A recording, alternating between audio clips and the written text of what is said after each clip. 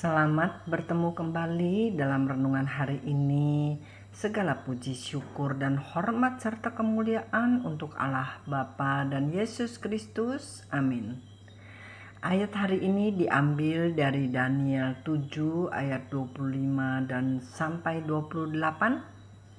Ia akan mengucapkan perkataan yang menentang Yang Maha Tinggi dan akan menganiaya orang-orang kudus milik Yang Maha Tinggi.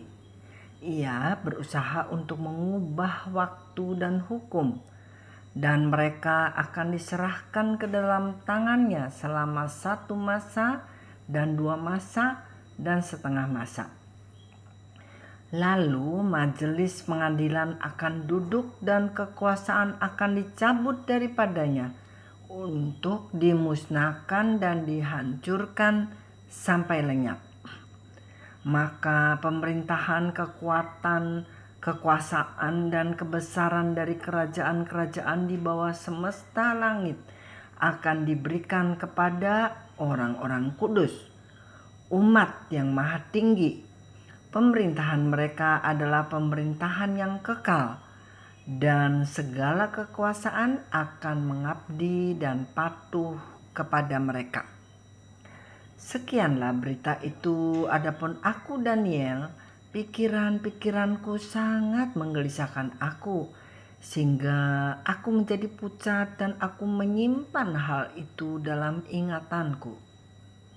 Saudara, Daniel mendapat penglihatan-penglihatan ilahi bahwa di masa yang akan datang akan ada Antikris, yaitu di pasal 7 ayat 25, semua perkataan dari dia berpura-pura membawa kedamaian di dunia. Banyak orang yang setuju dan berpihak kepadanya, kepada kebijaksanaannya, karena perbuatan Antikris ini tampak baik dan beralasan.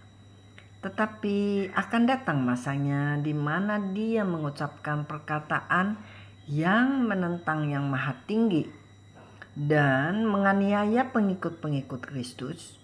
Berapa lama?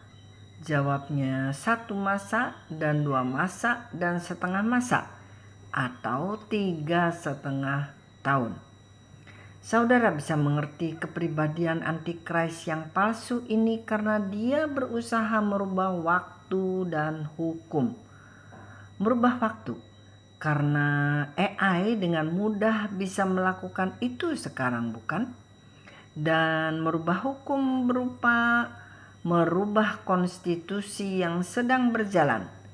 Dia akan merubahnya demi politik, demi kepentingan pribadinya, dan yang bersangkutan dengan uang dan kekuasaan, dan semua pengikut-pengikutnya setuju dengannya.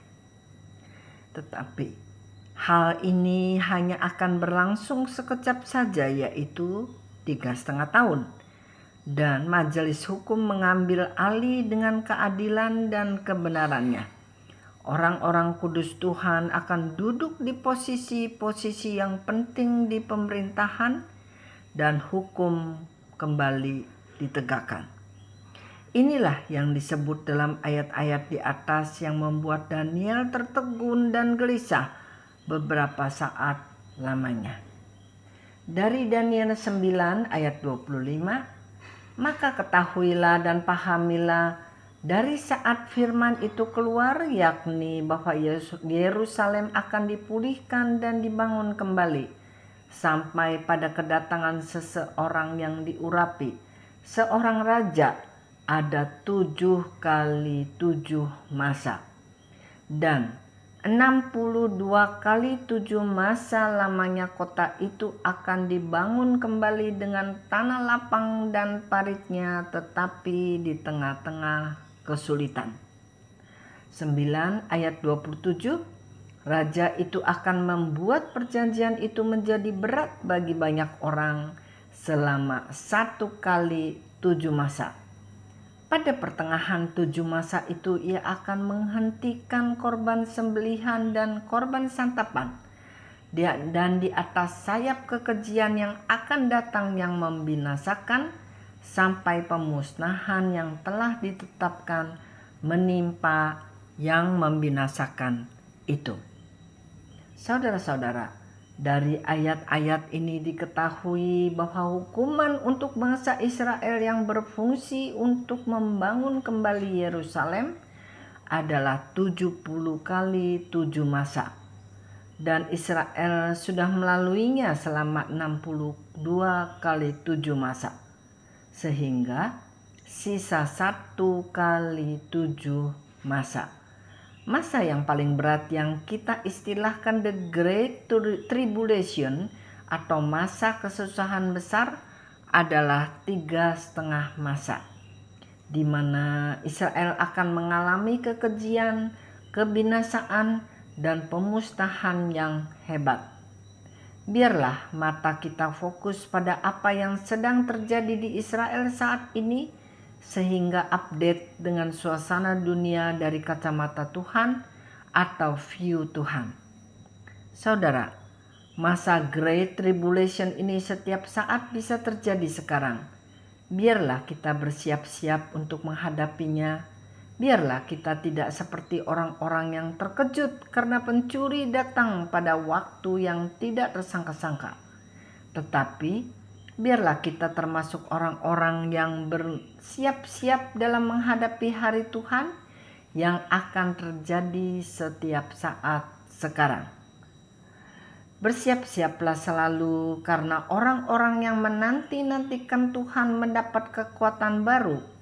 Mereka seumpama Raja Wali yang naik terbang dengan kekuatan sayapnya. Mereka berlari dan tidak menjadi lesu. Mereka berjalan tidak menjadi lelah. Sekian renungan hari ini. Sampai bertemu di lain kesempatan. Maranatha.